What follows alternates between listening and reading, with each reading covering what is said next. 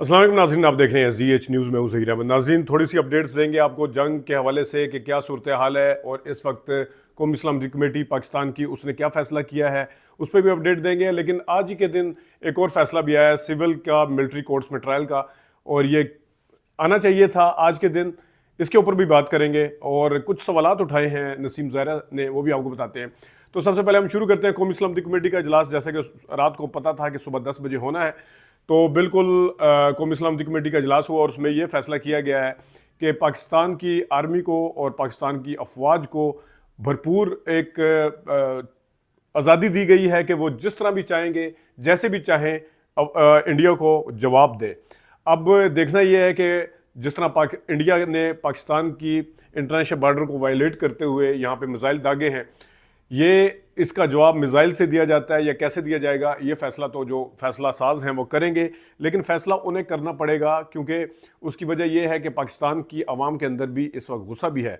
अगरचे एयरफोर्स ने अपना काम किया और बड़ी मुस्तैदी के साथ किया, ज़बरदस्त तरीके से किया और उनके तैयारों को मारा जिसके ऊपर वो बड़े फ़ख्र करते थे।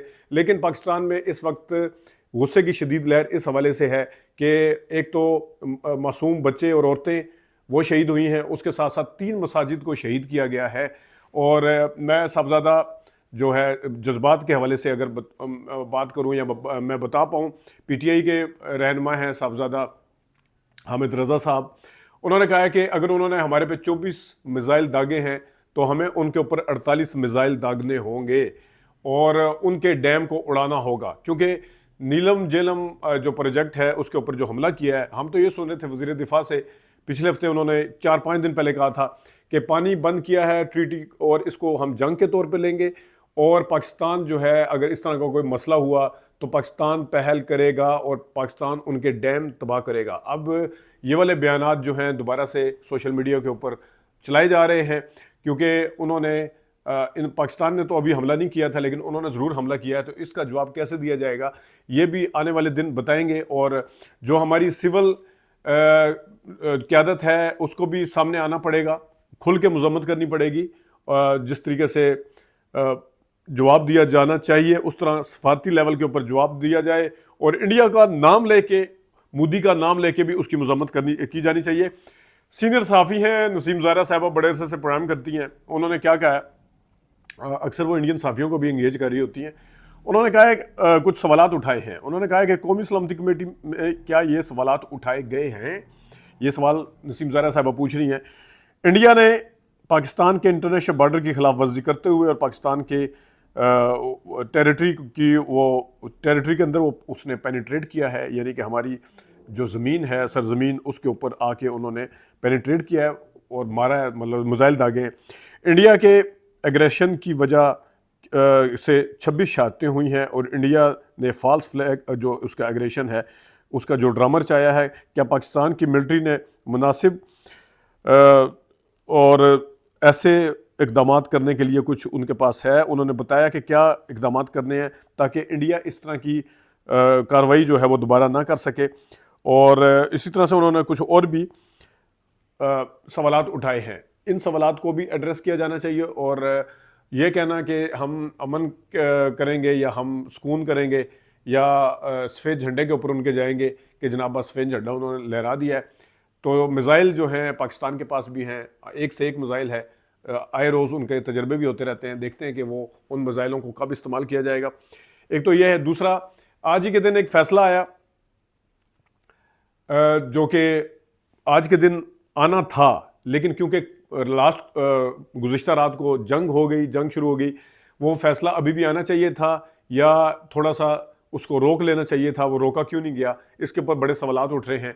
कि वो था कि सिविल जो है उनका मिलिट्री ट्रायल होना चाहिए या नहीं होना चाहिए। आर्मी एक्ट जो था उसको उसके अंदर कोई रद्दोबदल की गई थी, गुज़िश्ता जो सुप्रीम कोर्ट थी उन्होंने उसके ऊपर वो होल्ड करके रखा हुआ था। लेकिन इस सुप्रीम कोर्ट ने आके जनाब अमीनुद्दीन साहब ने और आगे ये एक जस्टिफाई कर दिया है और आर्मी एक्ट जो है वो अपने असली शक्ल में बहाल हो चुका है और अब सिविलियन का मिलिट्री कोड के हवाले से ट्रायल होगा। और ये इससे याद रखें कि 9 मई को जो यहाँ पे आज से 2 साल पहले हुआ था उसके हवाले से मिलिट्री कोर्ट्स और PTI के वर्कर्स के ऊपर मुबैना तौर पर वो साबित हुआ या नहीं हुआ, उनके ऊपर इल्ज़ाम लगाए गए।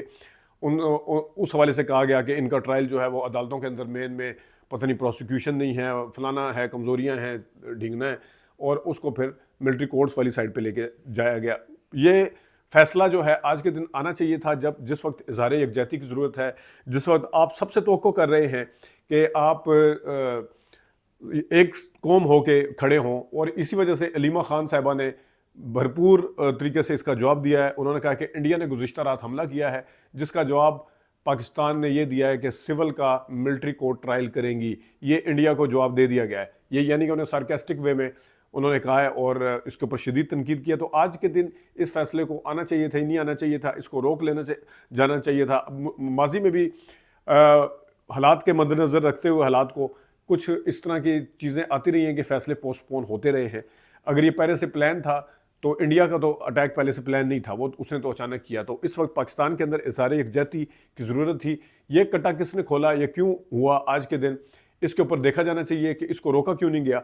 और एक प्लेटफॉर्म से जब आवाज़ आनी चाहिए तो किस मुंह से आप कह सकते हैं कि एक तरफ आपने कल सारा ड्रामा देखा जो इमरान खान की बहनों से मिलने से पहले अडयाला के रोड के ऊपर हुआ। 17 एमएनए ने किस तरह पुलिस वालों ने उनकी पिटाई भी की, लेकिन उन्होंने उस हसार तोड़ते हुए वहाँ तक पहुँच भी गए और मिले भी। तो ये चीज़ें ज़्यादा अहम थी या भारत को जवाब देना ज़्यादा अहम है? ये अब आने वाले दिनों में इसी हवाले से बात होती रहेगी। लेकिन भारत जो इस वक्त झूठा प्रोपेगेंडा अपने उस पर मीडिया पे कर रहा है, उस हवाले से एक मकर की जो एक जिसे कहते हैं ना मकार, वो सही नाम डाला है मकार।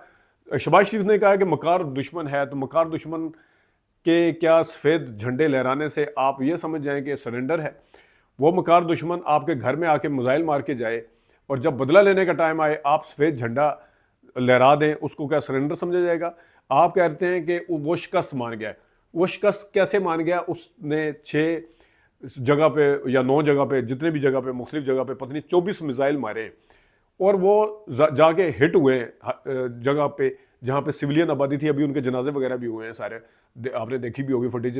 क्या उसका जवाब सिर्फ ये है कि जनाब साहब बस ठीक है जी, सफ़ेद झंडा लहरा दिया, अल्लाह खैर सल्ला, वो शिकस्त मान गया? ये वाले किस खाते में जाएंगे जो यहाँ पे हमले हुए हैं? इसका जवाब भारत को भरपूर तरीके से दिया जाना चाहिए और जो मिसाइल हैं उनको इस्तेमाल करके भरपूर तरीके से जवाब दिया जाना चाहिए, एक्यूरेट तरीके से जवाब दिया जाना चाहिए। और कोशिश ये करें कि सिविलियन को नहीं, जो भी उनकी मिलिट्री इंस्टॉलेशंस हैं या मिलिट्री जो जहाँ पे उनकी पोस्टें हैं, जिस तरह एलओसी के ऊपर तो ये सारा कुछ हुआ है कि मिलिट्री की पोस्टें उड़ाई गई हैं, या वो ब्रिगेड का जो कह रहे हैं कि हेडक्वार्टर वो उड़ाया गया इन्फेंट्री ब्रिगेड का, लेकिन उनकी एक टारगेटेड जो है वो टारगेट करके उनको हिट करना चाहिए और ये फैसला लेना चाहिए। उम्मीद है कि कौमी सलामती कमेटी के फैसले के तहत जो फैसला हुआ कि उनको एक आज़ादी है, फ्री हैंड है कि वो जिस वक्त चाहें, जिस मकाम पर चाहें वो बदला ले सकते हैं। उम्मीद करते हैं कि बदला लिया जाएगा। अपना ख्याल रखिएगा, आपको अपडेट करते रहेंगे। इजाज़त दीजिए, अल्लाह हाफ़िज़।